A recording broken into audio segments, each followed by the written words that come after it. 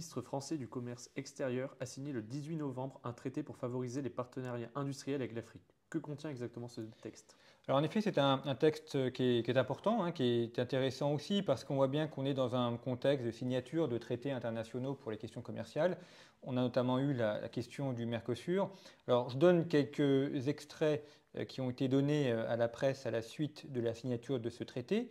Il s'agit, nous dit le ministère, donc de nouer des partenariats industriels renforcés avec l'Afrique face aux stratégies commerciales agressives de la Chine et des États-Unis. Donc on voit bien qu'on a différents éléments. D'abord, on parle bien de partenariats qui concernent les sujets industriels et c'est vu comme une réponse à la présence de la Chine et des États-Unis en Afrique. Vous remarquerez qu'on parle de stratégies commerciales agressives, hein, comme si il pouvait y avoir des stratégies commerciales qui ne soient pas agressives. Enfin, en tout cas, c'est toujours l'adjectif que l'on accole aux questions chinoises.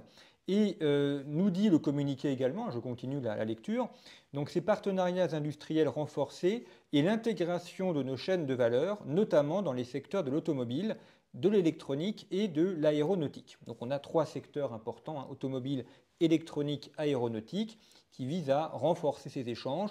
Alors quand on parle de l'Afrique, c'est en fait avec l'Afrique subsaharienne, donc ça ne concerne pas le Maghreb, c'est essentiellement l'Afrique francophone et l'Afrique anglophone.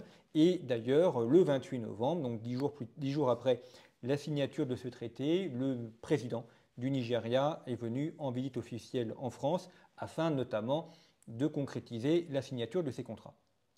On parle souvent des échanges commerciaux entre la France et l'Afrique. Pourtant, ceux-ci semblent assez peu nombreux et même plutôt en baisse. Oui, alors ça c'est le paradoxe et il faut en revenir aux chiffres.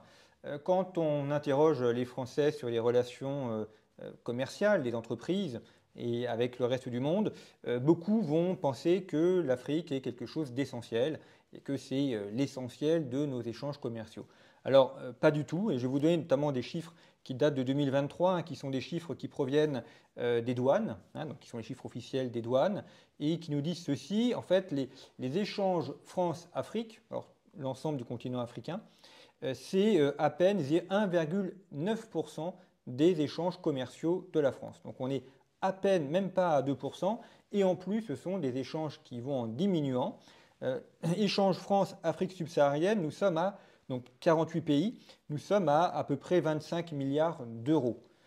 Pour vous donner une idée de comparaison, les échanges France-Amérique latine, c'est 27 milliards d'euros. Donc il y a davantage d'échanges commerciaux avec l'Amérique latine qu'avec le continent africain. Et quand on regarde les détails, c'est intéressant, donc le Nigeria, c'est le premier pays avec lequel les entreprises françaises commercent. Donc d'ailleurs, vous noterez que c'est un pays qui n'est pas francophone et que ce n'est pas un pays qui est une ancienne colonie française, mais le premier pays se monte à 5 milliards d'euros, ce qui est très faible. Vient ensuite l'Afrique du Sud, à peu près 3 milliards d'euros, et la Côte d'Ivoire, premier pays francophone et ancienne colonie, nous sommes à 2,4 milliards d'euros, puis vient l'Angola et le Cameroun pour 1,5 milliard d'euros. Donc tout ça est très faible et on voit surtout que ce sont les pays qui possèdent des hydrocarbures, notamment le Nigeria et l'Angola. Si on reste sur la question africaine, le Maroc. Le Maroc, c'est le pays d'Afrique avec lequel nous faisons le plus d'échanges commerciaux. Là, les échanges s'élèvent à peu près 13 milliards d'euros. C'est-à-dire qu'on est en gros 3 fois plus que le Nigeria et c'est quasiment 50% des échanges commerciaux de l'Afrique subsaharienne. Donc quand on parle de l'importance économique de l'Afrique pour la France, en fait c'est essentiellement le Maroc, un peu l'Égypte, le reste ne compte quasiment pas. Ce serait donc finalement avec les pays d'Europe que nos entreprises feraient le plus de commerce? Oui, c'est ça, et c'est le point qu'il faut souligner, et là aussi je vais revenir aux chiffres des douanes. Les échanges économiques avec la Belgique, par exemple, 110 milliards d'euros par an. Alors la Belgique, souvent, on regarde ça un petit peu de loin, on dit ah, c'est un petit pays, c'est pas extrêmement intéressant. Pas du tout. 110 milliards d'euros, c'est 4,5 fois plus que les échanges avec l'ensemble de l'Afrique subsaharienne. Donc ça veut dire que pour l'économie française, pour les entreprises françaises, la Belgique compte beaucoup plus que le continent africain. On est vraiment sur un ratio beaucoup plus important. Donc la Belgique, 110 milliards d'euros. Avec l'Italie, on est aussi environ à 110 milliards d'euros. Ce sont également des chiffres qui augmentent. Et puis avec l'Allemagne, on est à 173 milliards d'euros. Là, ce sont des chiffres qui sont en légère diminution. Donc on voit qu'aujourd'hui, pour l'économie française, les échanges les plus importants, ce sont avec les pays limitrophes de la France, notamment les pays européens. Et d'ailleurs, je dirais que la véracité, la vérité de la finance ne s'y trompe pas. Vous avez eu récemment, enfin il y a quelques années maintenant, 2-3 ans, le groupe Bolloré qui a vendu ses participations dans les ports africains. Quand vous avez une entreprise qui s'en va, c'est que, a priori, il y a quand même le continent n'est plus vraiment intéressant. Et puis, vous avez également de nombreuses banques françaises qui se retirent du continent africain, notamment la Société Générale, qui était un petit peu la banque historique. Ils sont en train de se retirer parce qu'ils se rendent bien compte qu'il y a des problèmes de sécurité publique, sécurité intérieure, des problèmes de sécurité juridique, et que ce n'est pas l'endroit où on fait le plus de business et le plus d'affaires. On entend souvent parler des investissements chinois en Afrique. Qu'en est-il vraiment? Alors là aussi, il faut aller un petit peu au-delà des apparences. Effectivement, la Chine est présente en Afrique, mais là aussi, c'est à peine 2% des échanges économiques de la Chine. C'est-à-dire que pour la Chine, les piliers, vraiment les 3 pôles importants, ce sont les États-Unis, l'Europe et la zone asiatique. Ce n'est pas l'Afrique qui est une partie extrêmement faible, mais vous avez un rapport qui est asymétrique. C'est-à-dire que l'Afrique ne compte pas beaucoup pour la Chine. En revanche, la Chine compte beaucoup pour l'Afrique.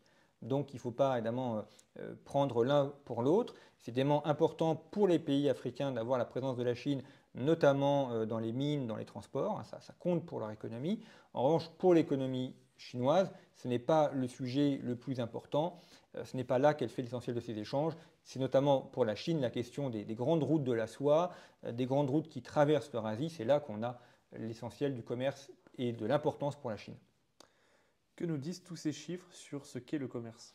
Alors, c'est ça qui est intéressant, c'est qu'au-delà des données que j'ai pu fournir, qui encore une fois viennent des douanes françaises, donc ça se trouve en accès libre sur les douanes françaises, ce que l'on voit, c'est que d'abord, il faut toujours aller vers la vérité des chiffres, vers les données et se méfier des apparences, se méfier des images que l'on peut avoir ou des mythes que l'on peut avoir. Le deuxième point, c'est qu'on ne commerce qu'avec les riches. C'est-à-dire qu'on n'a aucun intérêt à ce que des pays soient pauvres. On ne va pas maintenir un pays dans la pauvreté, puisqu'un pays pauvre, c'est un pays avec lequel on ne fait pas de commerce, on ne fait pas d'échange. Forcément, seuls les riches, si je puis dire, échangent. Évidemment, il faut faire attention, être prudent quand on emploie le terme de riche et de pauvre, ça ne veut pas dire grand-chose. Mais en fait, plus un pays est développé, plus un pays est puissant, plus on va commercer avec lui. On le voit avec la Chine, avec le Vietnam, avec Singapour, avec la Malaisie. C'est maintenant que ces pays se sont développés qu'on fait du commerce avec eux. Donc, l'expression « on ne prête qu'aux riches », elle est valable aussi pour les questions commerciales. Plus un pays est puissant et développé, plus on va échanger avec lui. Donc en fait, les Européens ont intérêt à ce que l'Afrique se développe, parce que plus l'Afrique sera développée, plus on pourra faire du commerce avec l'Afrique. Et puis l'autre point important, on le voit pour les entreprises françaises, c'est que l'essentiel des échanges se font avec des pays européens. Donc la question européenne est évidemment fondamentale. Pouvoir circuler librement entre France, Italie, Belgique, ne pas avoir de visa, ne pas avoir de contrôle aux frontières pour les personnes françaises ou européennes qui traversent, c'est évidemment fondamental. Vous prenez l'Île-de-France, qui est la première région économique en Europe. On est à 1 heure à peu près de train de Londres, de Bruxelles, 1 heure et demie d'avion de Rome, de Berlin, de Madrid. Donc évidemment, tout ça est très important. Et c'est là que se font l'essentiel des échanges. Alors vous avez toujours ce débat en histoire économique sur la question de l'échange comme élément de pacification. On va dire que le doux commerce permet la pacification. Et en fait, c'est vrai, c'est démontré par les faits, plus on a d'échanges économiques, plus le risque de guerre diminue. Alors, on me dirait, mais il y a le cas de la Russie. Mais en fait, avant la guerre, avant l'invasion de l'Ukraine, les Européens faisaient assez peu de commerce avec la Russie. Alors, il y a évidemment la question du gaz et du pétrole qui était importante. Mais par exemple, pour la France, les entreprises françaises faisaient davantage de commerce avec l'Inde qu'avec la Russie. Donc, pour certaines entreprises françaises, le marché russe était un marché important parce qu'ils avaient des parts importantes et parce que c'était pour eux un marché stratégique. Mais au niveau macroéconomique pour les entreprises françaises, la Russie n'était pas un marché primordial. Encore une fois, la Belgique, l'Allemagne, l'Italie, l'Inde étaient plus importants que la Russie. Et d'ailleurs, on le voit que même avec la guerre d'Ukraine, les Européens, enfin certains Européens continuent d'acheter du gaz russe, et vous avez même encore du gaz russe qui transite par l'Ukraine, et l'Ukraine reçoit des royalties pour le transit de ce gaz russe. Donc même en période de guerre, le commerce continue, le commerce se poursuit. Donc ça vous montre que finalement tout ça est beaucoup plus complexe, et quand on regarde dans les faits, eh bien, on se rend compte que ça va souvent au-delà des mythes et au-delà de ce que l'on peut représenter ou s'imaginer.